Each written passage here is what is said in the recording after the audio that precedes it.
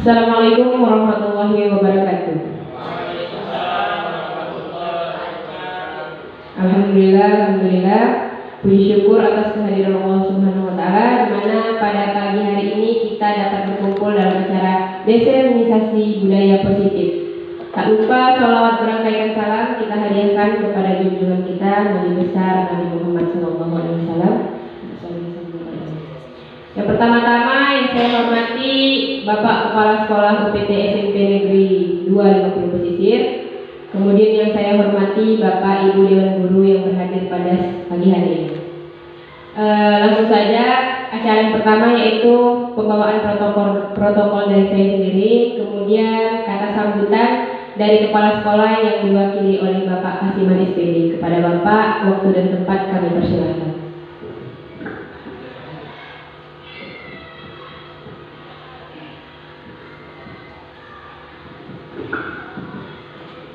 Terima kasih kepada Ibu Moderator yang telah berkesempatan kepada saya. Bismillahirrahmanirrahim. Assalamualaikum warahmatullahi wabarakatuh. Alhamdulillahirabbil alamin wassalatu wassalamu ala asyrofil anbiya'i wal mursalin wa ala alihi washabihi ajma'in. Allahumma shalli wa sallim wa barik ala sayyidina Muhammad wa ala ali sayyidina Muhammad. Puji syukur kepada Allah Subhanahu wa taala dengan ucapan alhamdulillah pada pagi hari ini kita masih bisa berkumpul di aula ini dalam rangka kegiatan destinasi budaya positif yang dilakukan oleh Ibu Nurjana SPD selaku CGP angkatan ke-11 tahun 2024. Salawat dan salam mari sampaikan kepada kita baginda Rasulullah Muhammad sallallahu alaihi wasallam. Allahumma shalli wa sallim wa barik alaihi mudah-mudahan kita mendapat kesabaran di masa depan. Amin ya rabbal alamin. Yang kami hormati Ibu Nurjana SPD selaku CGP angkatan 11 tahun 2024 sekaligus sebagai pembicara pada kegiatan ini. Kemudian Bapak Ibu Guru UPT SMP Negeri 250 Pesisir yang mengikuti kegiatan ini. Pertama, kami selaku peserta dan pendengar dalam kegiatan ini dan rekan-rekan seluruh dari UPT SMP Negeri 250 Pesisir sangat mengapresiasi kepada Ibu Nurjana SPD sangat aktif dalam mengikuti proses perjalanan CGP angkatan ke-11 tahun 2024 ini. Kami berharap nantinya apa-apa yang didapat dalam proses pencapaian ilmu dari CGP angkatan 11 ini, kami berharap mau berbagi praktik baik kepada teman-teman yang lainnya untuk sama-sama bisa menerapkan hal-hal yang baik kepada seluruh peserta didik, sehingga seluruh peserta didik kita menjadi anak-anak yang baik dan menjadi aset ke depan, menjadi generasi emas 2045. Kemudian juga kami berpesan kepada Ibu Nurjana SPD selaku angkatan 11 CGP tahun 2024 tetap semangat ya, ikuti prosesnya dengan baik dan mudah-mudahan nanti kedepannya bisa sukses dan berhasil. Apapun nanti kendala-kendalanya silakan berkoordinasi ataupun bertukar pikiranlah dengan teman-teman apa-apa yang dibutuhkan dalam proses CGP ini. Berkoordinasi dengan teman-teman atau bahkan dengan pihak sekolah, dan insya Allah sekolah UPT SMP Negeri 250 Pesisir siap mendukung dan siap mensukseskan program CGP angkatan 11 kepada Ibu Nurjana SPD tahun 2024. Mungkin saja dapat disampaikan. Terima kasih. Assalamualaikum warahmatullahi wabarakatuh.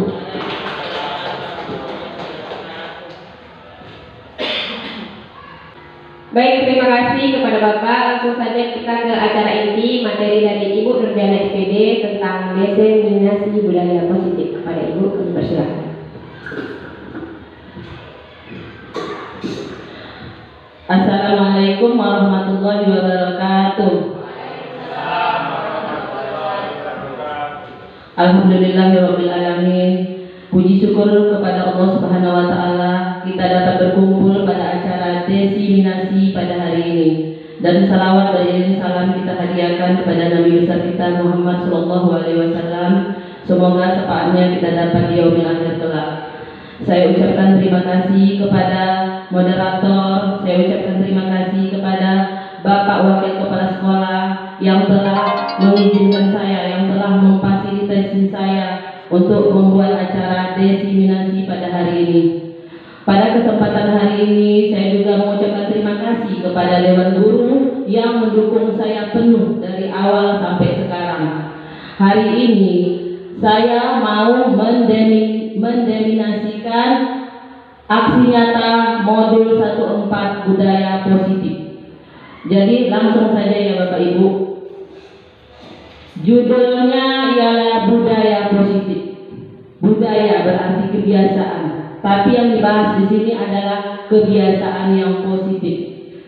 Yang dibawakan oleh saya Nurjana, CGP Angkatan 11 Kabupaten Batubara. Kita di sini diskusi saja ya Bapak Ibu. Kita santai saja diskusi, jangan tegang-tegang.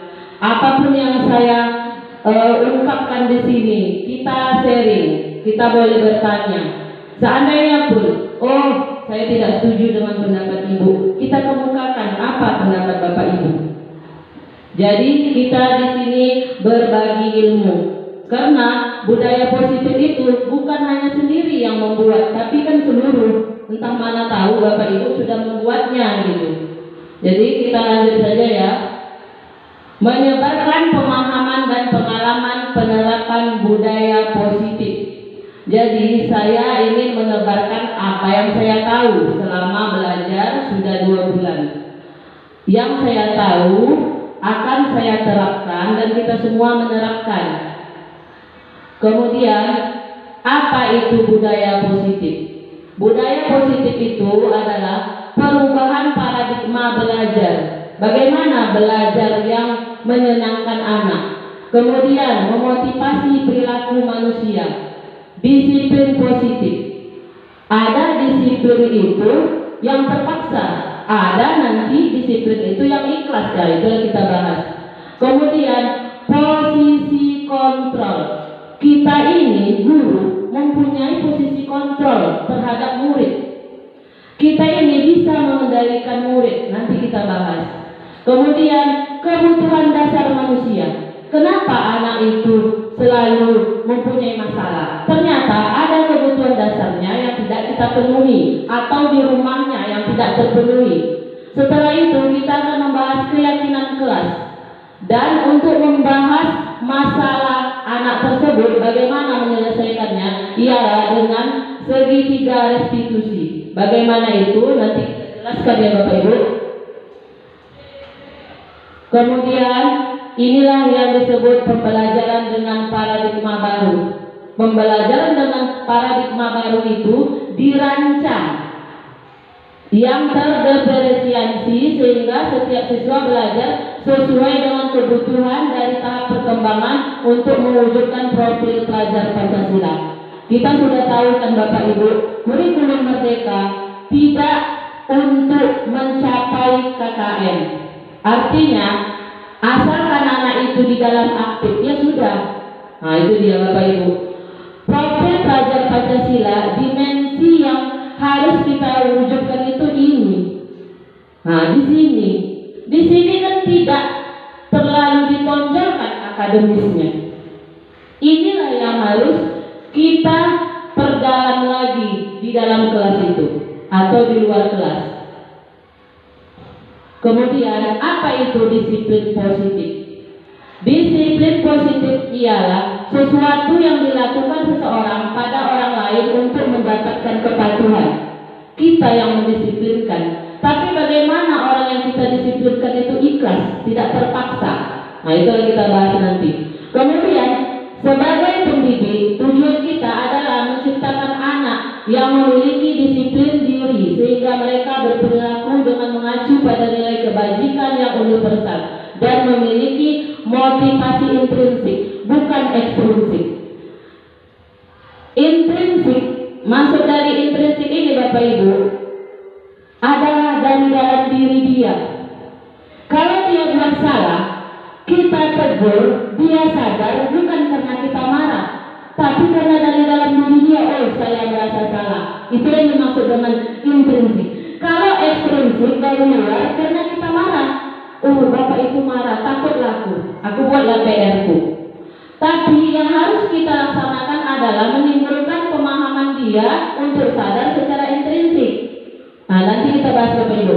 Kemudian, disiplin positif merupakan satu cara penerapan disiplin yang bertujuan untuk menumbuhkan kesadaran serta memberdayakan anak untuk melakukan sesuatu tanpa sodokan, tanpa ancaman, tanpa hukuman. Nanti bisa kita beri contohnya. Arti sodokan itu begini, kau kerjakan, nanti Bapak kasih nilai. Kau kerjakan, nanti Bapak kasih duit 5.000. Itu termasuk sogokan Bapak Ibu. Ternyata itu tidak boleh. Nanti kita bahas ya Bapak Ibu. Kalau mengancam sudah jelas, tidak naik kamu nanti. Rendah saya kasih nilai, ya itu dia. Kalau hukuman juga seperti itu, lebih parah lagi, ya bahasanya. Jadi bagaimana yang baiknya? Ini mau kita bahas Bapak Ibu. Ternyata anak-anak tersebut harus kita bahas dulu kebutuhan dasarnya. Kenapa anak tersebut selalu membantah? Ternyata ada kebutuhan dia tidak terpenuhi. Inilah kita selidiki. Ya, biasanya ini kan guru BK ini yang selalu membahas ini. Tapi sekarang kita guru mata pelajaran wajib membahas ini. Apa sih kebutuhan anak ini yang tidak terpenuhi? Satu, bertahan hidup. Mungkin tak sakit dia, makanya dia gelisah di kelas.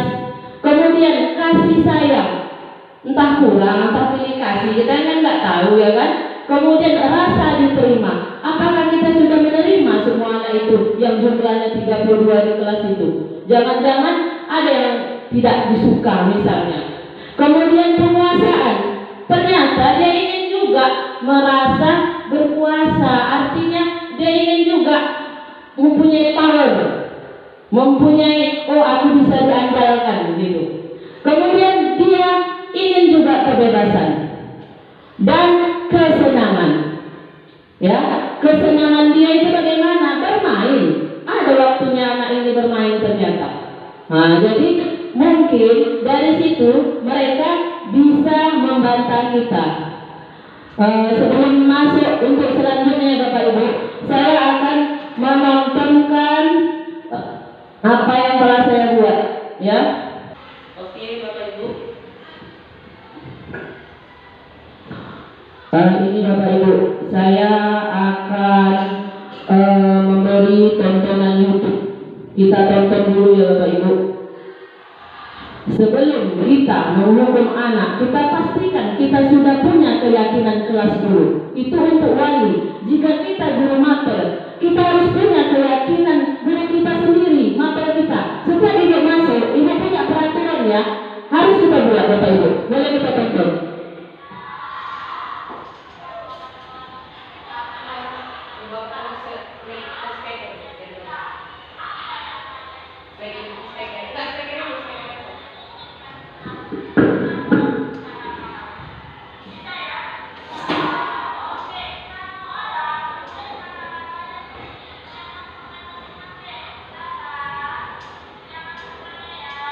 Pada awalnya Bapak Ibu, kita harus membebaskan mereka. Mereka ingin kelas yang bagaimana? Kalau kita guru mata pelajaran, mereka menginginkan guru yang bagaimana? Kita suruh mereka membuat kata-katanya dulu, kita tempel ke depan. Jadi ini karena kelas saya, jadi saya buat apa kelas impian mereka. Mereka akan tempel.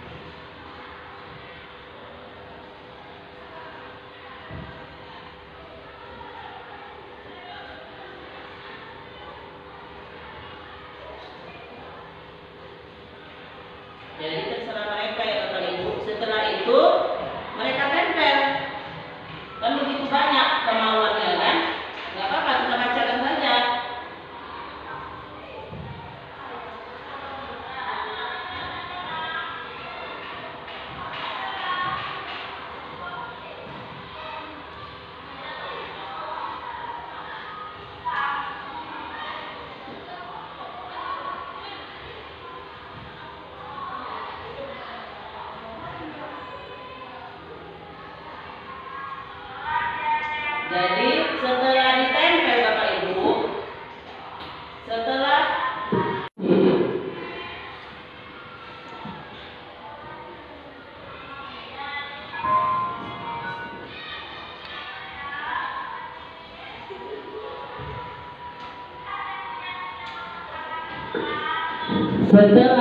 membuat kata-kata positif yang telah kita simpulkan tadi, tidak ada kata tidak dan jangan, karena itu dilarang.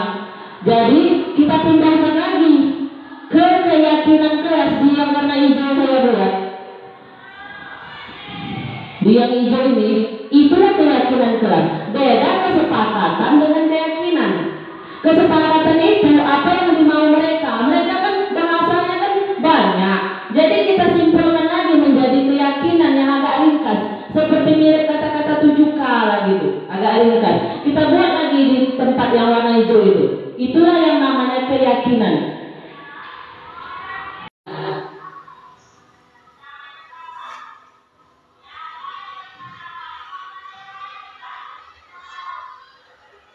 Akhirnya kelas 7D mendapatkan 6 keyakinan.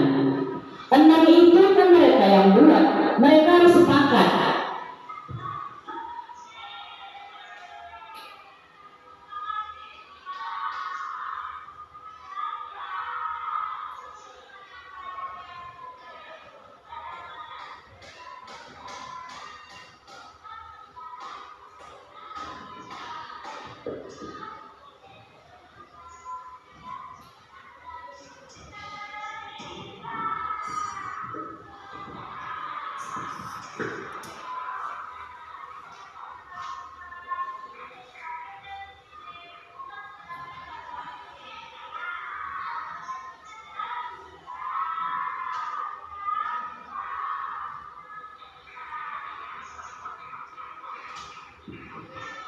Jadi itulah yang kami buat di 7D Bapak Ibu. Jadi Bapak Ibu kan di sini ada juga yang wali kelas. Sebelum membuat keyakinan kelas itu, kita suruh dulu mereka ke depan. Mereka dulu yang membuatnya. Ya, kalau kita bukan wali kelas seperti Ibu Yuni, Pak Dedi misalnya, kita harus juga punya kata-kata yang mengunci mereka. Jadi kan mereka yang membuat sendiri nanti. Jadi mereka harus mengingat ketika mereka punya kesalahan. Ingat keyakinan kamu yang buat kan? Berarti kamu melanggar apa? Jadi segitiga restitusi itu untuk menyelesaikan masalah anak. Bisa kita laksanakan ketika ada keyakinan. Kalau tidak ada keyakinan kita buat, bagaimana kita mengingat mereka? Misalnya, ingat kamu melanggar keyakinan apa? Tak ada kok kita buat. Nah, jadi bagaimana kita menyelesaikan masalah dia? Ya kan? Harus kita buat. Misalnya saya masuk ke 7A, ya saya buat 7A walaupun saya wali kelas 7B. Nah, itu untuk mata pelajaran kita. Tapi seharusnya yang per kelas itu bisa juga. Kita lihat aja di dinding mereka. Nak, kamu melanggar keyakinan apa nak kira-kira? Nah, begitu caranya. Nanti kita lihat juga bagaimana cara menyelesaikan masalahnya dengan segitiga restitusi ya Bapak Ibu. Oke, karena tegang sekali, siapa yang mau es breaking? Es breaking. Bu Era ini pandai es breaking. Pak Dedi yang pandai. Oke, ini ada es breaking ya kan? Dari YouTube es breaking, mau joget-joget. Oke, ini khusus untuk Pak Dedi. Oke Pak Dedi? Ya untuk semua lah. Bu Mary mempunyai anak 5, ya kan? Nini, Nene, Nono, Nunu. Siapakah anak kelimanya? Anak keempatnya kan disebut dulu empat-empatnya. Anak dia, Ibu Mary itu ada 5. Nini, Nono, Nunu, Nene. Siapa lagi anak kelimanya? Siapa anak kelimanya Pak Dedi? Entahlah, Nana ya kan Pak? Karena menurut AIUEO yang belum disebut ya, ternyata itu tadi adalah Ibu Mary. Berarti Mary anak kelimanya, ya kan? Oke, kemudian Pak Dedi juga ini karena Pak Dedi awan warnanya apa Pak Dedi? Semuanya lah, awan warnanya apa? Putih. HPS warnanya apa? Putih. Uber warnanya apa? Putih. Putih juga. Sapi minumnya apa Pak Dedi? Susu. Air. Sapi minumnya air. Oke. Dan lain-lain ya. Nanti kita buat es breaking yang joget-joget ya kan? Oke. Ini tadi ya Bapak Ibu mengenai budaya positif tadi. Ini dia bedanya kan Bapak Ibu. Kita lihat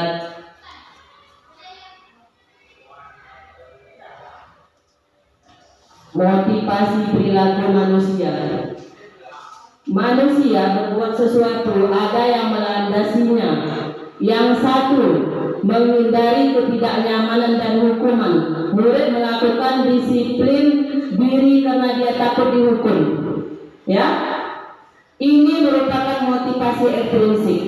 Ekstrinsik kalau takut dihukum itu Pak. Saya pakai dasi lah, nanti dihukum borimai.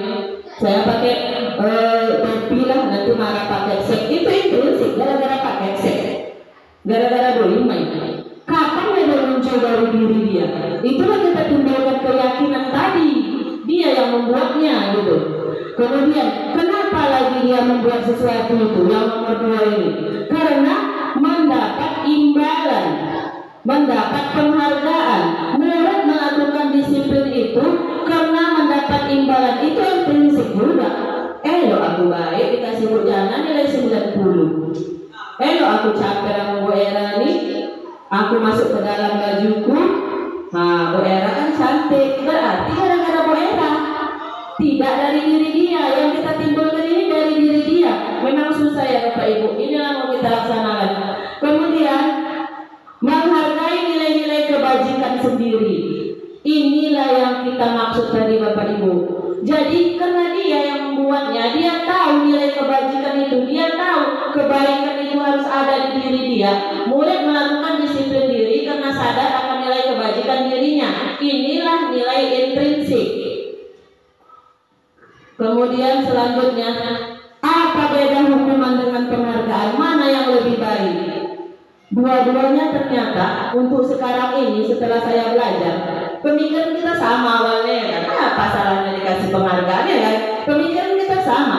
Tapi setelah belajar, dua-duanya itu dibilang identitas gagal. Sakit juga hati kita, capek buat penghargaan itu. Iya kan? Identitas gagal.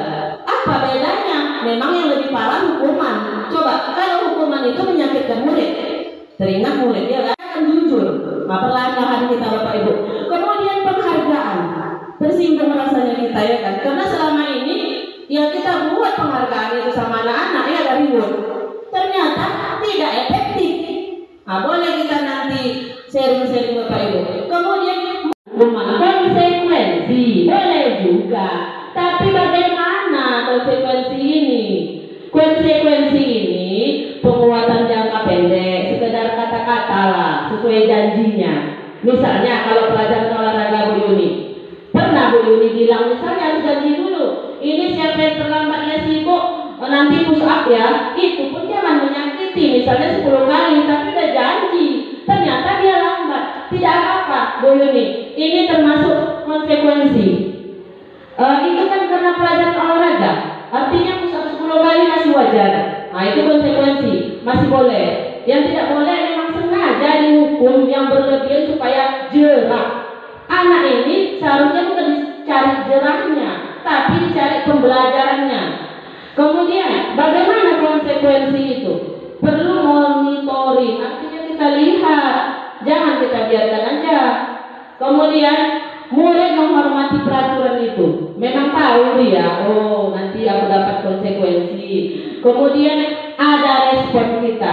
Dia pun ada, besok tidak mau lagi lah buat kesalahan. Terbukti gitu gara-gara itu dia nggak mau buat kesalahan. Kalau nggak terbukti, nggak gagal juga konsekuensi ini. Seharusnya setelah 10 kali tadi Bu Yuni, besok dia nggak mau lagi buat salah. Nah itu dia. Makanya yang lebih baik itu adalah restitusi. Apa itu restitusi? Membetulkan kesalahan anak dengan kesadaran dirinya. Jadi murid bertanggung jawab atas perilakunya, dia tahu solusinya. Kemudian fokus pada pemecahan masalah. Kita tanya kenapa dia seperti itu. Kemudian murid menghormati dirinya, dia tahu apa salahnya dan dia mampu memperbaikinya. Kemudian murid bersemangat memperbaiki kesalahannya. Boleh kita tonton lagi ya Bapak Ibu, apa yang telah saya buat bersama murid. Saya sudah pembelajaran, ada murid terlambat.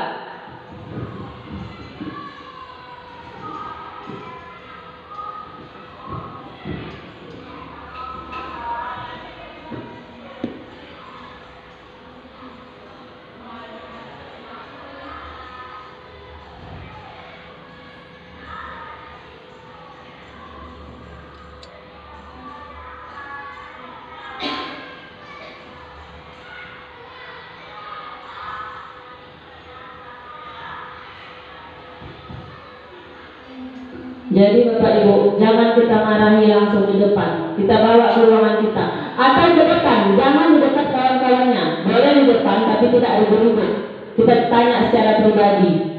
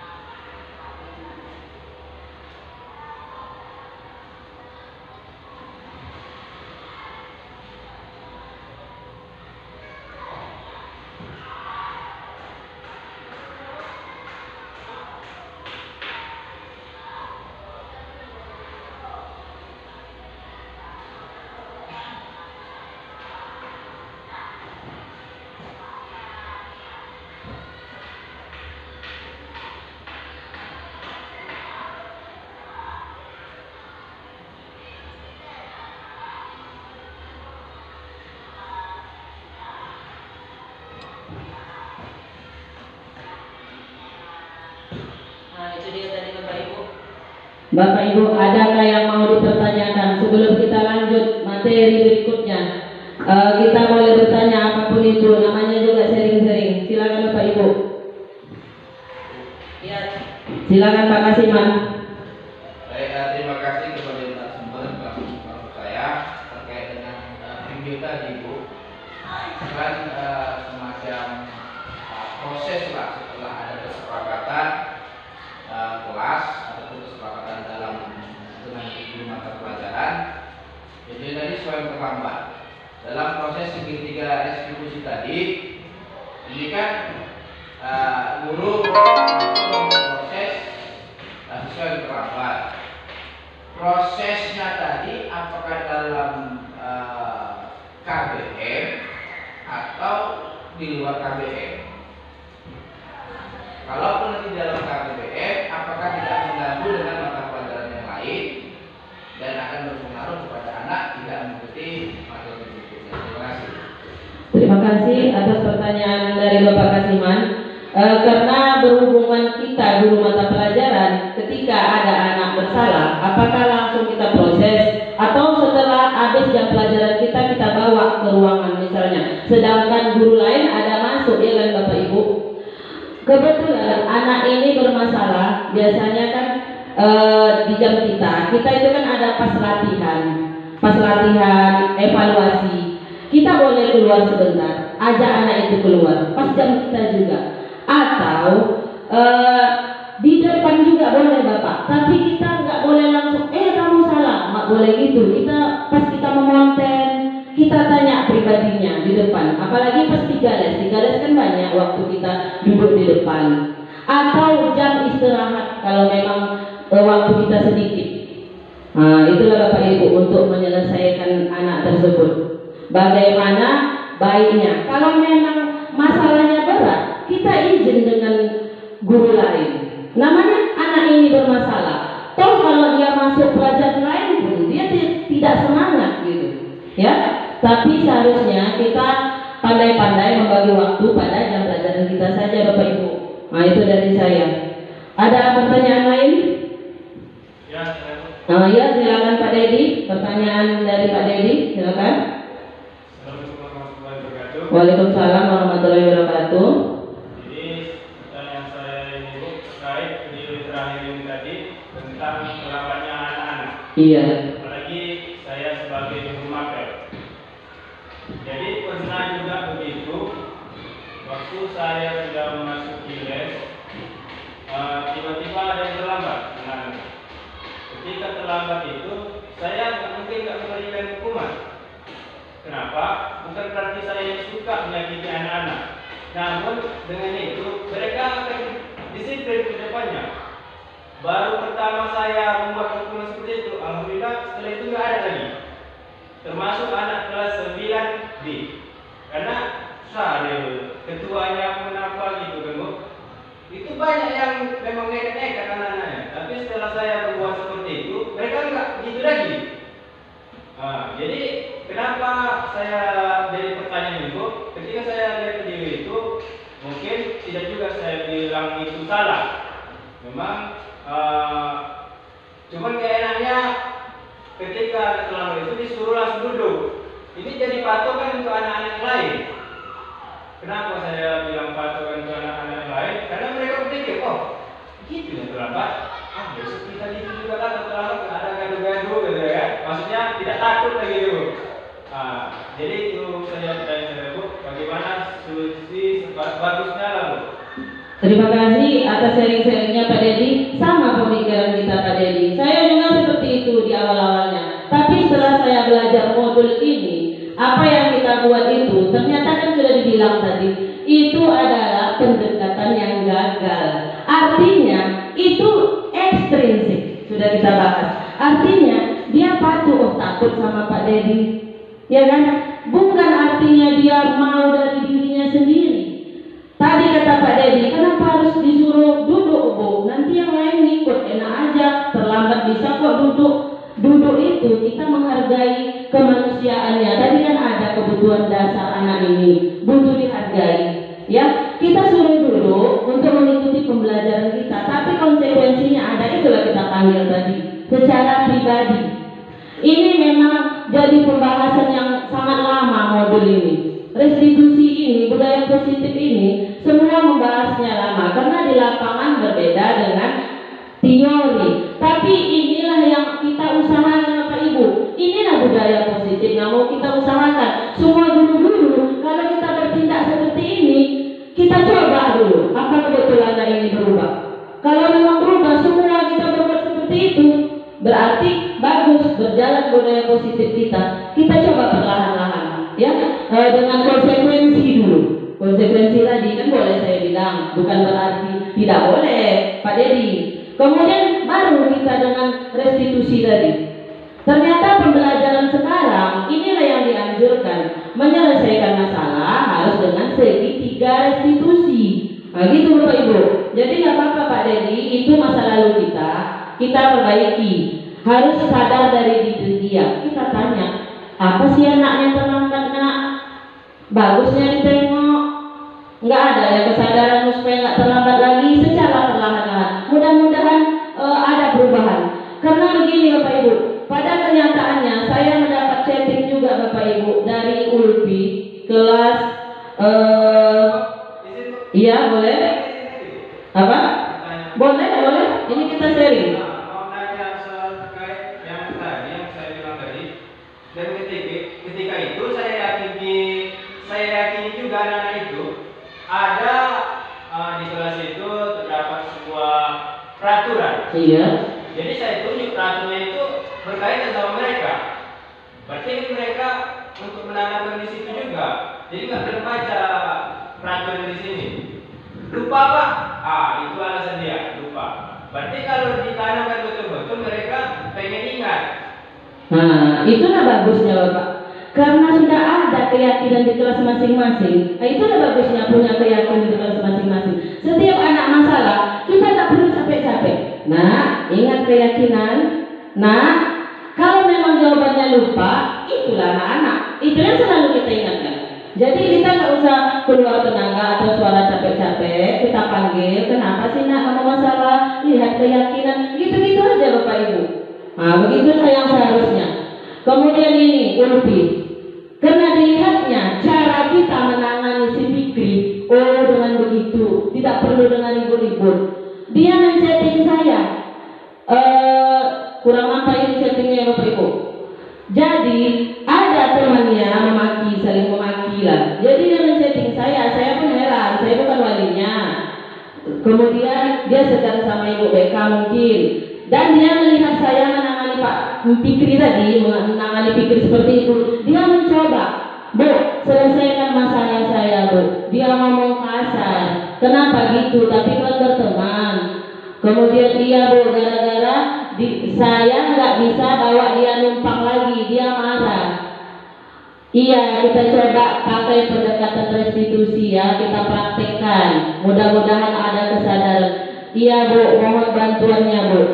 Ternyata tertarik dia dengan metode restitusi tadi.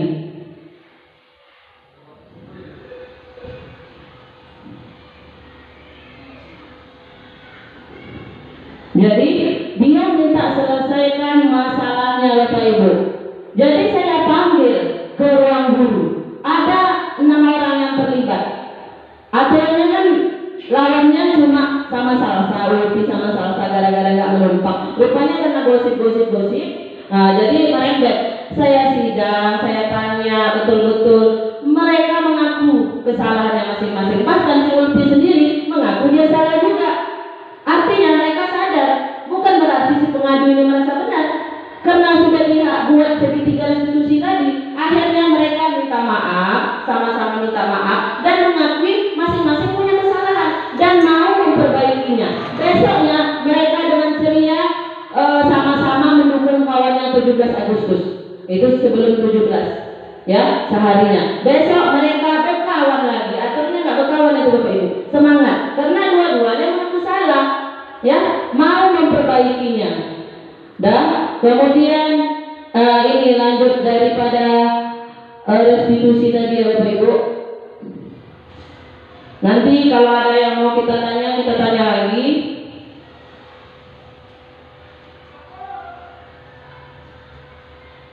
Ini Bapak Ibu, contohnya ya Bapak Ibu. Contoh kasus, gimana sih perbedaan restitusi dengan konsekuensi dengan hukuman? Kalau tidak mengerjakan PR, kalau hukuman itu hormat bendera misalnya, kalau nggak siap PR, hormat bendera, itu hukuman. Kalau konsekuensi, kamu nggak mengerjakan PR ya, kamu kerjakan lagi, jadi istirahat ini. Nah, agak lembur sedikit ya kan, memang konsekuensi dia, namanya nggak siap. Kemudian kalau restitusi itu kita guru agak meluangkan waktu sedikit. Kita tanya keyakinan kelasnya, coba ada nggak ini tentang tugas, tentang membuat PR, kenapa nggak kamu selesaikan? Kita bantu, bukan bantu mengerjakannya, kita bantu cari masalahnya.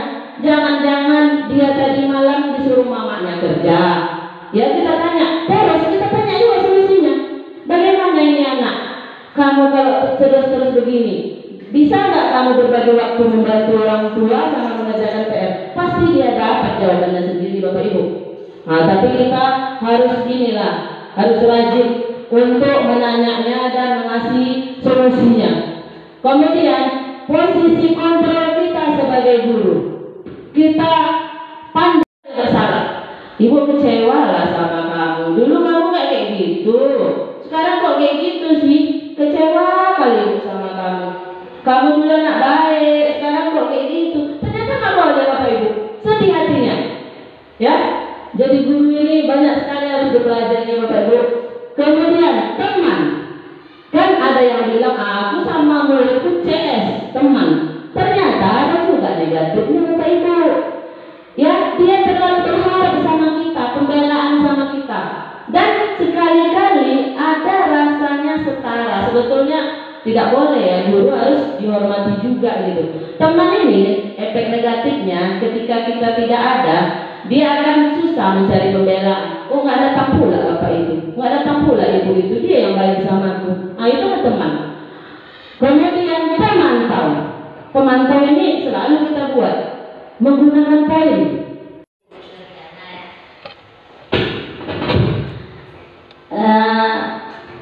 Saya begini ya Bu, soalnya sekolah kita jadi contohnya gitu kan. Salah satu murid kita yang saat ini lagi viralnya si Mikael gitu ya Mas. Nah, kalau kayak Mikael itu gimana gitu? Itu kan udah panggil orang tuanya, udah apa kayak gitu. Gimana kita cara mengatasi supaya anak itu nggak cabul, tetap ini gitu. Sementara orang tuanya juga udah agak sedikit menyerah gitu. Jadi ya kayaknya gimana gitu. Saya kayak ini juga gitu kan. Tipe anaknya kalau dikasih tahu, ya Bu, memang bercanda seketika. Iya, iya semua gitu. Tapi besoknya dibuat lagi gitu. Panggil orang tuanya sampai orang tuanya kayak gitu. Itu kayak mana cara solusinya? Apakah Sintian cari kata-kata positifnya ya Bapak Ibu? Yang benar-benar silakan. Harus dia yang membuatnya Ibu Teti dan lain-lain. Jangan kita, ya kan? Baru kita buat berunding. Kemudian inilah yang sudah dapat keyakinan kelas itu. Kan tadi saya bilang jangan panjang-panjang kata-katanya. Kalau dulu sama dengan kita semua, saya pun begitu. Jangan marah-marah, tidak boleh ngomong. Ternyata kata jangan dan tidak diganti yang lebih motivasi lagi. Nah, kesopanan berarti harus 5S. Senyum, sapa, salam, menghargai orang lain, disiplin, tanggung jawab, keamanan, ketekunan. Nah, inilah yang dirumuskan mereka. Yang banyak-banyak tadi kita cari kata kuncinya lagi. Ini disebut keyakinan itu. Jadi dia akan ingat. Jangan kita terjemah-jemahkan lagi. Ini dia sendiri karena udah kita buat tadi. Nah, jadi kalau dia bersalah, ingat apa keyakinanmu. Nah, gitu aja Bapak Ibu, perlahan-lahan. Kemudian inilah segitiga restitusi itu. Awalnya kita menstabilkan identitas. Kamu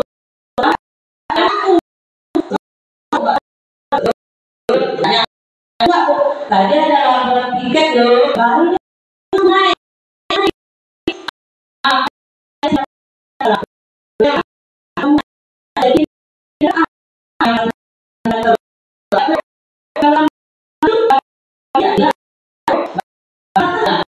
Tidak bisa terlambat. Saya ujiannya kita melanggar keyakinan enggak.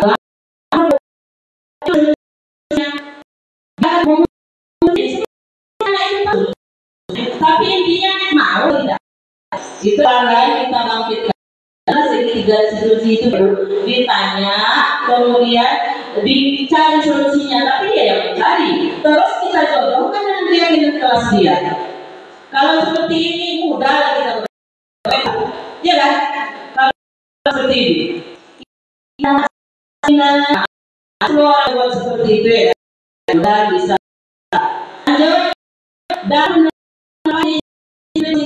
tidaknya guru memiliki standar kepribadian dan sosial. Kita juga mudah solusinya. Kalau terlambat jangan menunggu, ya kan? Usaha lama, tapi dikasih deh, jangan sikit. Misalnya, iya nggak boleh lama. Anak sekolah, dikasih meja itu dia dari Ibu. Kita resolusi ya, terutama jelas keluarnya ini kata hadir kan kata buat berbakti ya, harus intinya katanya singkat mungkin lah. Nah itu Silakan Bapak Ibu untuk bertanya atau mau buat breathingnya boleh. Ya, tunjuk tangannya untuk menutupi durasi 1 jam.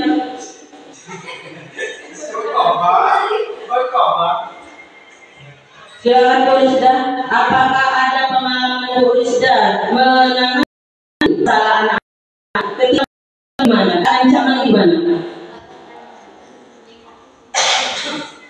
Apakah kayak Pak Dedi? Kayaknya ini kalau ancam kok sukses nih Bu. Saya sudah mengancam. Assalamualaikum warahmatullahi wabarakatuh. Kalau tadi Bu, saya menggunakan bukunya. Jadi kita melihat bagaimana karakter si anak. Terkadang ada anak yang semakin kita keras dan semakin keras. Ada yang semakin lembut, yang keras agak diikuti. Kalau saya pikir. Terima kasih Bu Rizda. Tarik ulur kita. Apa dia Bu Rizda? Tepuk tangan untuk Bu Rizda. Iya, nggak apa-apa. Kan ada tadi konsekuensinya, ya kan? Intinya tidak menyakiti fisiknya, tidak menyakiti hatinya. Pandai-pandai lah, ya kan Bapak Ibu. Kita tanya masalahnya. Apakah sudah ditanya Bu Rizda? Kenapa kamu seperti ini? Nah, ya kan? Ternyata ada solusinya ya. Lama-lama dan deden. Lima dan sebenarnya aku Bu, bukan anak sekolah lagi Bu. Akunya nggak menikah. Nah, entah seperti itu ya kan? Cari solusinya. Ditanya apa nih? Ada duit Bona? Tidak dong. Jadi yang memutuskan cuti apa itu? Oh iya ya. Silakan nih.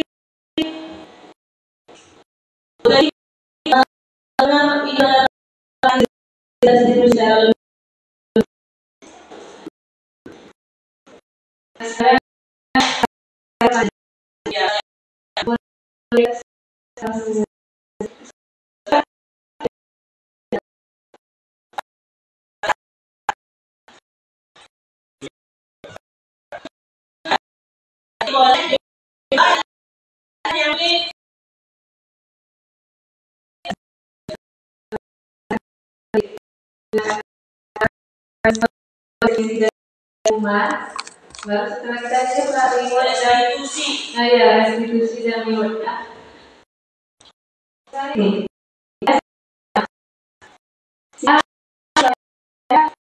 Hanya mau salah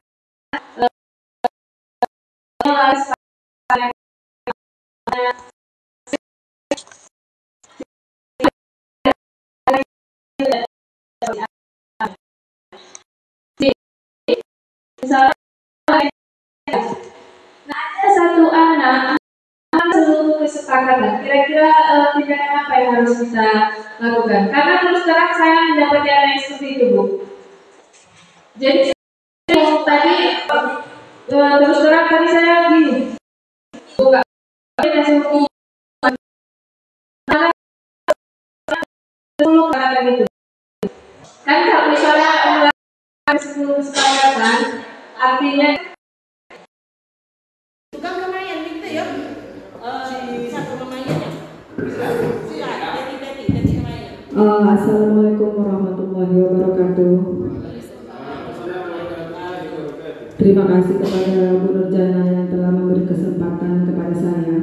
Di sini saya hampir sama pertanyaannya sebenarnya Bu. Saya ingin bertanya. Nah, ketika saya masuk ke kelas, terkadang memang saya agak lama kan masuk 5 menit lah gitu. Nah, tapi banyak juga anak-anak itu belum masuk ke kelas. Walaupun itu les saya pagi. Nah, kalau pagi itu saya tanya lah dengan sharing lah yang Ibu bilang tadi. Saya tanya satu-satu, karena ini banyak Bu, enggak satu orang, kadang-kadang 5 orang. Nah, saya tanya, belum sarapan Bu, katanya. Nah, kamu bangun jam berapa? Saya tanya gitu. Kami bangun jam 6 Bu. Loh, kok belum sarapan? Saya bilang gitu. Saya sharing, nah saya kasih tahu lah bangun cepat, nah dengan cara baik lah Bu. Namun enggak 1 kali, 2 kali, kayaknya sering. Nah, sering seperti itu dengan orang yang sama juga. Nah, itu satu masalahnya. Yang kedua, ketika saya mengasihkan kerjaan rumah atau PR, banyak yang tidak menyelesaikan. Orangnya sama juga,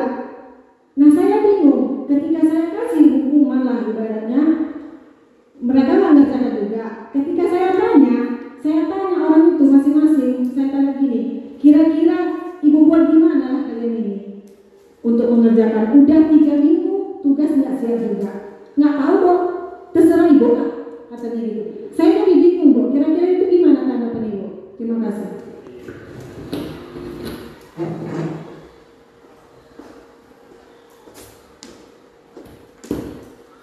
Terima kasih ya Bu Yuni atas pertanyaannya. Ini semua permasalahan, hampir semua guru menghadapi masalah seperti ini. Ternyata apa yang mau kita laksanakan itu berat karena orangnya itu saja, kan gitu. Artinya segitiga restitusi sudah kita buat, semuanya sudah kita tanya. Ternyata itu juga lagi orangnya, tidak ada perubahan. Keyakinan kelas sudah kita tanya, itu juga lagi orangnya. Kita perlu juga pendekatan dengan orang tuanya. Kita wali, saya terus terang saja, kita wali, saya juga kita kurang membuat paguyuban di sekolah kita ini. Kalau di sekolah lain ada paguyuban khusus orang tua, kita memang harus rajin menanya, gimana sih anak ini di rumahnya, bagaimana sih tipenya, apa sih maunya, apa dia betul-betul mau sekolah, atau memang orang tuanya yang menyuruh. Seperti anak yang itu saja, itu motivasi sekolahnya memang sudah tidak ada. Dia sekedar sekolah, hanya disuruh orang tuanya, dia motivasi dari luar. Itulah Bu Yuni, memang capek kita ya. Perlahan-lahan kita timbulkan motivasi dari diri dia. Apa gunanya sekolah itu?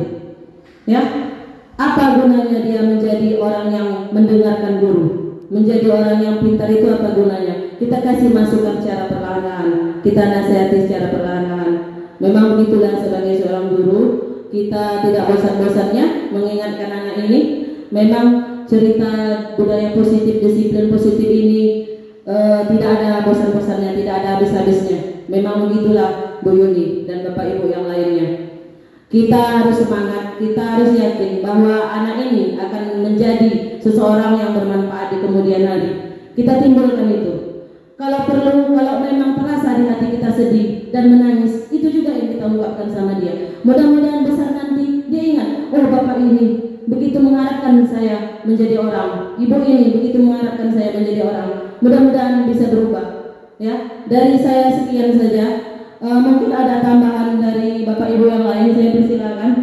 Tambahan dari bapak wakasek kami, Bapak Kasiman, silakan Pak.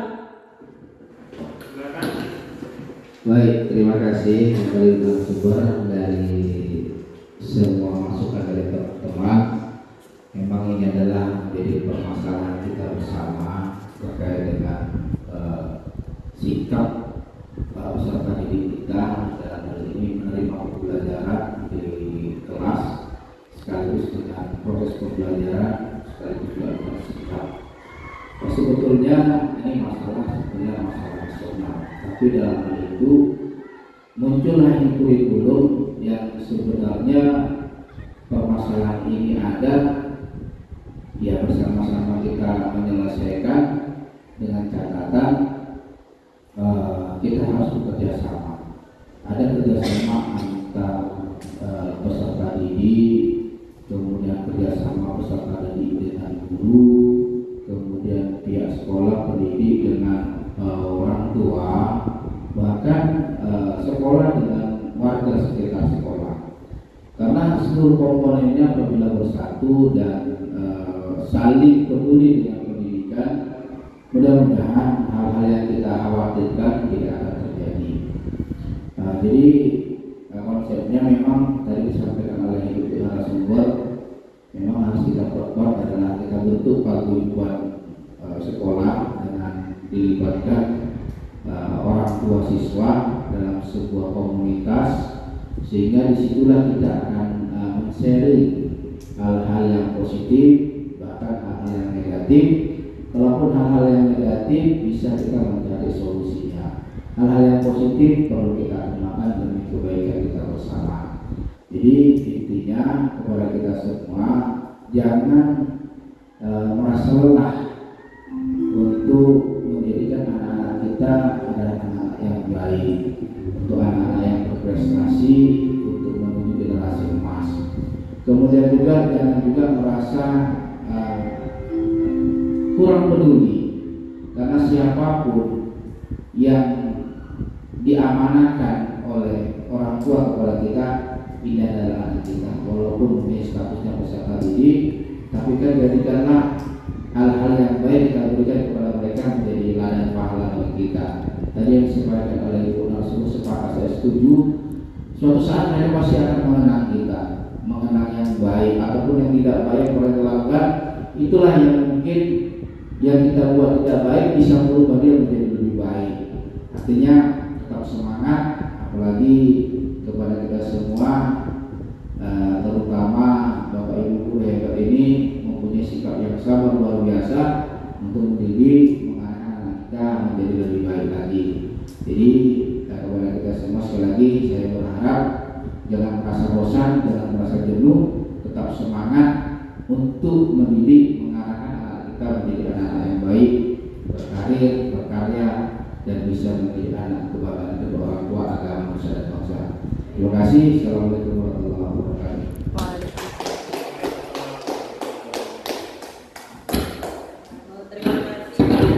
Terima kasih Pak.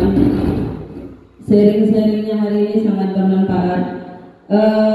Karena sudah habis materi yang saya sampaikan, saya mohon izin ya, mudah-mudahan ada manfaatnya dan kita bisa mengimbaskan kepada teman-teman kita yang berhalangan hadir. Kita jumlah 25 orang ya kan, kita bisa mengimbaskan. Memang harus perlahan, Bu, jangan kayak gitu Bu, kalau bisa ya seperti itulah, perlahan-lahan ya kan. Tapi saya yakin bisa.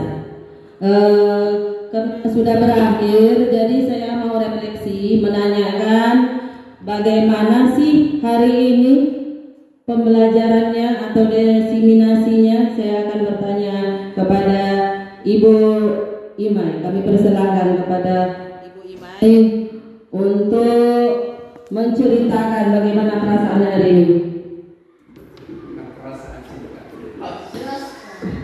Terima kasih kepada yang narasumber. Yang saya rasakan setelah mendapatkan materi hari ini adalah semangat untuk mengaplikasikan ilmu-ilmu yang sudah Ibu sampaikan perlahan-lahan tentunya. Bisa juga sekaligus gitu, Bu. Semangat, termotivasi dan juga rasa ingin berubah itu ada. Mungkin itu saja Bu dari saya. Terima kasih. Terima kasih untuk kita semua. Tepuk tangan Bapak Ibu untuk kita semua. Rasa ingin berubah itu pasti ada ya Bapak Ibu. Kita berubah bersama. Terima kasih. Saya ucapkan mohon maaf jika ada kekurangan yang saya sampaikan dan dapatlah kita terapkan bersama. Billahi taufiq wal hidayah. Assalamualaikum warahmatullahi wabarakatuh.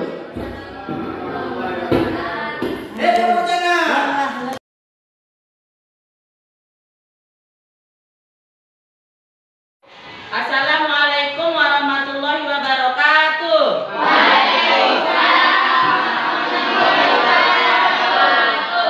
Hari ini kita membuat kesepakatan kelas ya anak-anak. Bisa anak 7B? Ya.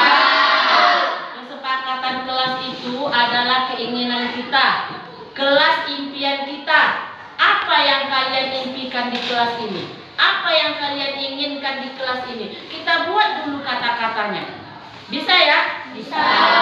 Oke, satu orang menulis kata-katanya di sini. Sediakan pulpen masing-masing. Silakan. Sediakan pulpennya ya. Kita tulis kata-kata apa yang kalian impikan. Oke? Tulis ya nak. Bagaimana sekolah impian kalian?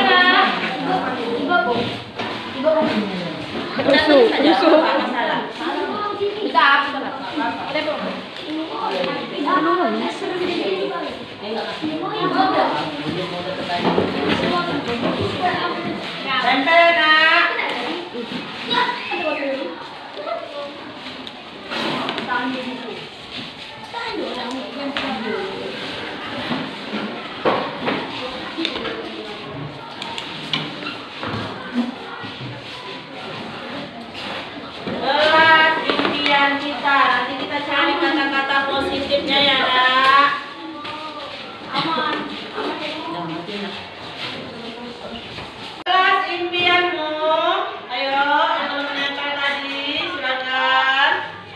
Ya, ayo kelas impianmu. Iya. Itu boleh diambil, tempel. Kelas impiannya.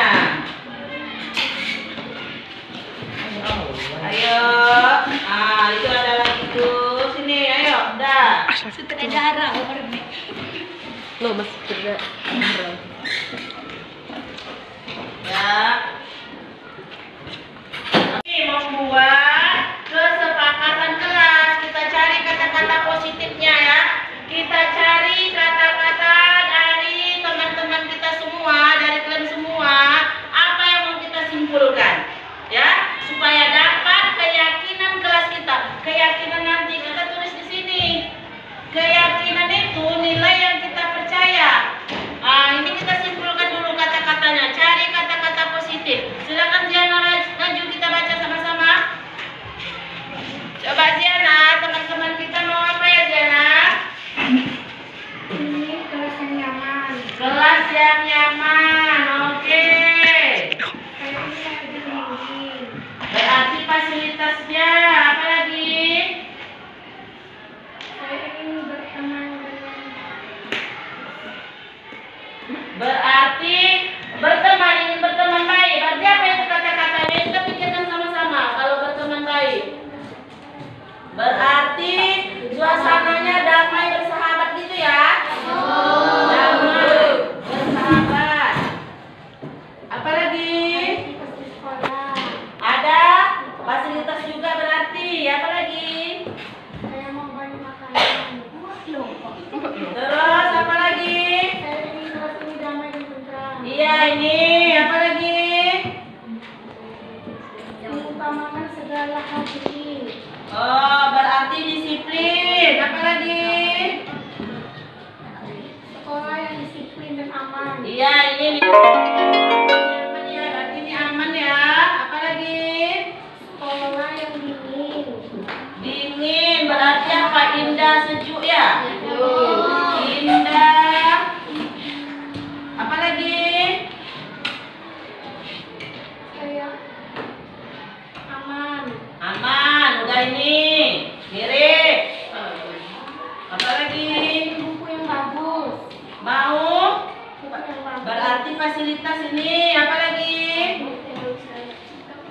Pandai, sukses, sopan dan berakhlak. Berakhlak, iya berakhlak, sopan, ini sama lah ini. Apa lagi? Cerdas ya. Apa lagi? Berteman dengan aku, menghormati guru. Menghormati guru, inilah berakhlak nih. Apa lagi? Membanggakan orang tua. Membanggakan orang tua. Ya, udah anak cerdas lah itu. Apa lagi? Sekolah mantap. Iya. Baik. Iya, aman nyaman. Udah tepuk tangan untuk kita semua. Udah? Kan udah siap kita buat kesepakatan kelas. Lalu kita cari kata-kata positifnya. Sudah dapat kan? Ya. Apa kita dapat kata positifnya? Satu. Fasilitas sekolah yang kalian inginkan terus. Sahabat yang kalian inginkan terus.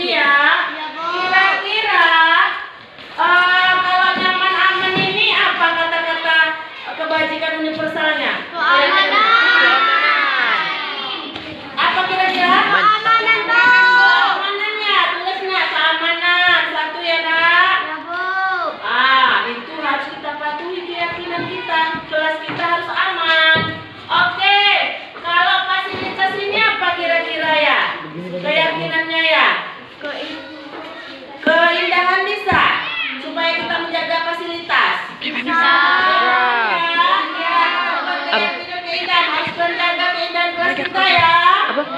Ya. Kalau damai bersahabat, damai bersahabat kira-kira Berakhlak mulia. damai bersahabat, damai bersahabat, menghormati orang lain bisa? Bisa. Iya, menghormati orang lain, menghormati orang lain. Kalau disiplin, ayo kita pikirkan kata-kata universalnya, kebajikannya, disiplin. Berakhlak mulia. Disiplin ya disiplin lah ya. Disiplin ya disiplin kan? Iya disiplin. Disiplin. Lanjut. Kalau indah tadi termasuk nyaman ya nak? Ya kan? Keindahan udah tadi kan? Akhlak mulia. Berarti apa ini? Nilainya? Berakhlak mulia ya. Berakhlak mulia ya. Kemudian cerdas ini? Kira-kira cerdas? Terampil, Bu. Terampil ya, terampil boleh. Kita buat terampil. Dan kita baca sama-sama keyakinan kita ini terampil. Jadi ada 6 ya. Ada 6 keyakinan kelas 7B. Bisa kita sepakati? Bisa. Kita laksanakan? Bisa. Ada nggak teman yang membaca keyakinan kita ini? Baca temannya. 1. Keamanan. 2. Keindahan. 3. Menghormati orang lain. 4. Disiplin. 5. Berakhlak mulia. 6. Terampil. Bisa kita jalani?